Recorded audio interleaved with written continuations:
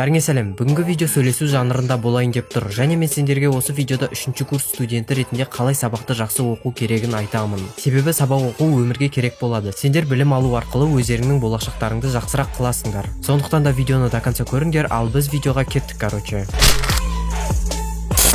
Видеоға кіргендеріңе қарасам, сендер геймерсіңдер немесе анимешниксіңдер. В общем, задротсыңдар. Ренжімеңдер, әрине қысқасы сендерге білім алу керек. Және білім алмай миллиардерлер сияқты компания ашып, байып кете аламын деп ойласаңдар, сендер қатты қателесесіңдер. Әр адам ондай миллионер бола алмайды. Ондай болу үшін саған любой аниме вселенныйдағы қолдағы күш немесе магия керек емес. Біздің вселенныйда тек миды дамыту керек, ал миды дамыту қатты қиын. Ал сен геймер немесе анимешник болсаң, сені ол заттар бұл істен тіпті назарыңды аудартады. Осылай сен ерінесің. Бірақ сен маған сабақтағы пәндер неге керек деп сұрауың мүмкін. Вот мысалы химия және физика, математикадағы есептер точно саған керек емес. Бірақ ол бәрібір артық болмайды. Себебі сенің миың 1 петабайт информацияны сақтай алады. Ал ол Google мен салыстырсақ, Google күніне 24 петабайт инфоны обработка жасайды. Және бұл өте көп. Сондықтан қазір саған оқыған дұрыс. Оқу ешқашанда артық болмайды. Мен мысалы вообще өмірімде отличник болмағанмын. Көбісі максимум алған бағам 4 пен 5. Бірақ мен қалай сабақ оқу керек екенін білемін. Және осы видеода көп айтылатын зат студенттерге арналған. Өйткені мен мектептегі сабақты қатты білім алу деп санамаймын. Білімнің көп бөлігін негізінен колледжден немесе университеттен аласыңдар. Хотя мен әлі университетте болмағанмын, так что колледж бен универдің айырмашылығын білмеймін. Бірақ менің ойымша қатты айырмашылық жоқ. Сондықтан егер сен оқушы болсаң, бірінші саған кеңес беретінім, оқуды бітіргеннен кейін оқитын жерді дұрыстап таңда. Себебі сен оқитын жерді дұрыс таңдамайтын болсаң, бірінші оқуға желание болмайды, екінші босқа уақытыңды кетіресің, үшінші мамандық бойынша жұмыс таппайсың. Сондықтан оқитын жерді таңдау үшін ең бірінші өзіңе ұнайтын мамандықты тап. Сол арқылы сен өзіңе керекті колледжді немесе универді табасың. Өзіңе керекті университетте білім алуда, сабақ оқуда кайфовее, чем ата-анаң таңдап берген колледжден қарағанда. Бірақ негізі ата-ананы барлық уақытта тыңдау керек. Мен сендермен келісемін. Өйткені олар саған тек жақсылық тілейді. Сонда да кейбір уақытта әркім өзі таңдау жасайтын момент болады. Сол кезде таңдауды дұрыстап жасау керексің. Егер сен қазір 8, 9 немесе 10-11 класс оқып жүрген болсаң, сенде әлі ойлануға минимум 1 жыл бар. Сол үшін дәл қазір ойынды, анимені тастап өзіңе ұнаған колледжді Google-дан іздеп көр. Маған сен көп зат табасың. Егер саған программизм ұнаса, IT-ға бар. Ал саған киберспорт ұнаса, киберспортқа бар. Саған үйлердің проектін салу ұнаса, архитекторға бар. Ұшуды ұнатасың ба, пилотқа бар. Сол сияқты бұл мамандықтардың оқу орындары өте көп. Тек өзіңе ұнаған істі тапсаң болды. Міне осылай оқу орнында дұрыстап таңдауға болады. Google сенің 90% жұмысыңды оңайлатады. Ал сен оқу орнын таптың дейік. Енді сені колледжден не күтеді деген болсаң, дәл қазіргі моментте, яғни қыстың 1 айының соңында студенттерде 1 семестр бітейін деп жатыр. Бірақ көбісінде уже бітіп қойды. В общем, барлығын дұрыстап тыңдап ал, тез айтып шығамын. Студентке 1 курста 2 семестр беріледі. Әр семестрде 4 аттестация болады. Кейбір жерлерде рубежка деп айтады, бірақ бұл екі сөз бір-біріне синоним. Осы 4 аттестация 4 айға тең, яғни 1 аттестация тең 1 ай. Аттестацияда сендерде әр пәннен минимум 3 баға болу керек. Әйтеуір біздің колледжде сондай. Сол 3 бағаға байланысты сенің аттестацияңның қорытындысын шығарады. Сосын 4 аттестацияның бағасы шыққаннан кейін семестрдің бағалары шығады. Семестрдің бағалары шығу үшін студент сессия тапсырады. Сол кезде қандай бағамен тапсырып шығады, сондай баға толық семестрдікі. Бірақ сессия тапсырмайтын кездерде бар. Мысалы, егер сенің 4 аттестациядағы бағаларының бәрі 4 болса, онда сен 4-ке шығасың. Немесе барлығы 5 болса, сен 5-ке шығасың. Ондай болса өте жақсы. Сендер түсіндіңдер деп ойлаймын.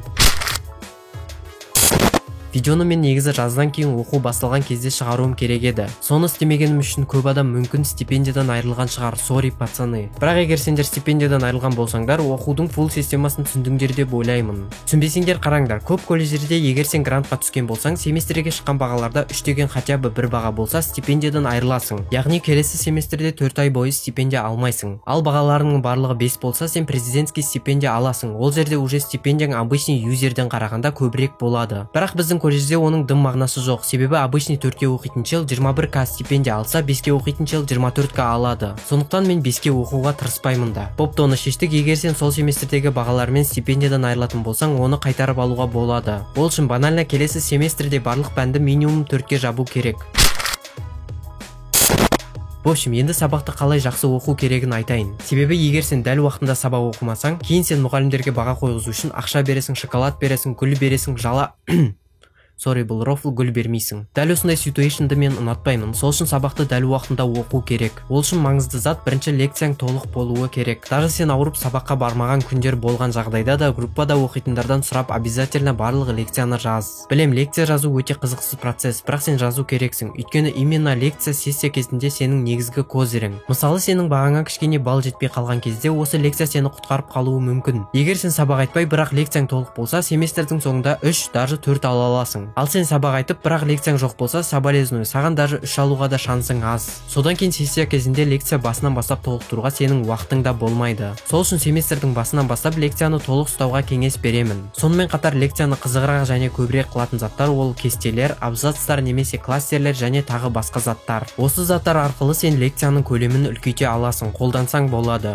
Екінші, ешқашан мұғаліммен ұрыспа. Себебі мұғаліммен ұрысу ол вообще студенттің тупой идеясы. Сен мұғаліммен ұрысқан жағдайда ештеңе ұтпайсың. Себебі бұл жерде көп күш мұғалімнің қолында. Ол саған жаман баға қоя салса, сен ештеңе істей алмай қаласың. Білемін, бірақ ештеңе түсінбейтін мұғалімдер де бар. Ондайлар да көп болады. Бірақ бағаң жақсы болғанын қаласаң, олармен де ұрыспай шыдауға кеңес беремін. Үшінші, барлық кезде үйге берген тапсырманы орында. Даже демалыс болып қалған жағдайда да тіпті ертең сол сабақ болмайтын болса да үй тапсырмасын орындап жүр. Себебі бір күні бәрібір сол сабақты сұрайды, немесе сессияда қиналып қалуың мүмкін. Және негізінен тапсырмаларды үйде орындау керек, бірақ үйде орындауға үлгермей қалатын жағдайлар да бар. Сол жағдайда сабаққа ерте келіп, хотя бы жартысын орындап бітіруге тырыс. Себебі жартысын орындаған тіпті ештеңе орындамағаннан жақсы. Өйткені содан сен жаман баға алмайсың. Және мен мысалы егер жазатын немесе орындайтын тапсырмалар берген кезде оның 70%-ін үйде орындаймын. Ал қалғандары көбінен оқуға арналған тапсырмалар. Сондайлар болса колледжге барғанда оқимын. Бірақ соның арқасында қазір мен бір лекцияны бір рет оқып түсініп алатын способностьті аштым. Тағы да мен саған любой беспроводной наушник алуға кеңес беремін. Бірақ қаншалықты кішкентай болса соншалықты жақсы. Себебі ол арқылы сабақтың ең скучный кезінде аниме көре аласың. Немесе басқа жағдайларда да өте қатты көмектеседі. Егер сенде беспроводной наушник болса, онда сенде имбовый зат бар, қолдансаң болады.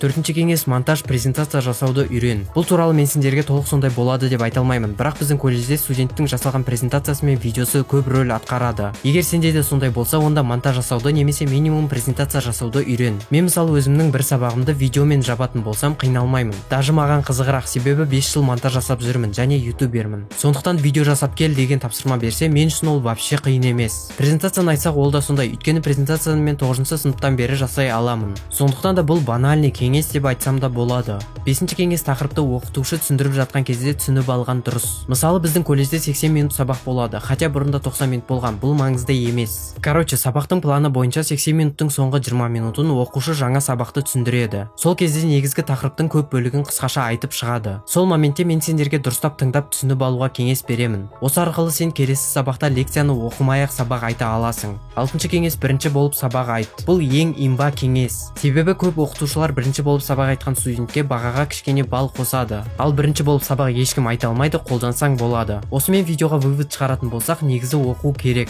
Сен қаншалықты TikTokта оқымасаң болады, система бізді құл қылады дегенді естіген болсаң да оқыған дұрыс. Және соны естіп алып, оқымағанда кішкене нелогично болады. Себебі ол TikToктағы видео арқылы сен ешқашан болашағыңды жасап алмайсың. Сондықтан да ешкімді тыңдамай оқы. Ал мен видеоны шығарған себебім менде мүлдем идея болмады. Бірақ жаңа жылға дейін тағы видео шығару керекпін. Сондықтан комментарийға идеяларыңды жазып кетіңдер. Ал осымен видео аяқталды. Видеоны аса лайк басып, каналға тіркеліп кетіңдер. Давайте, короче.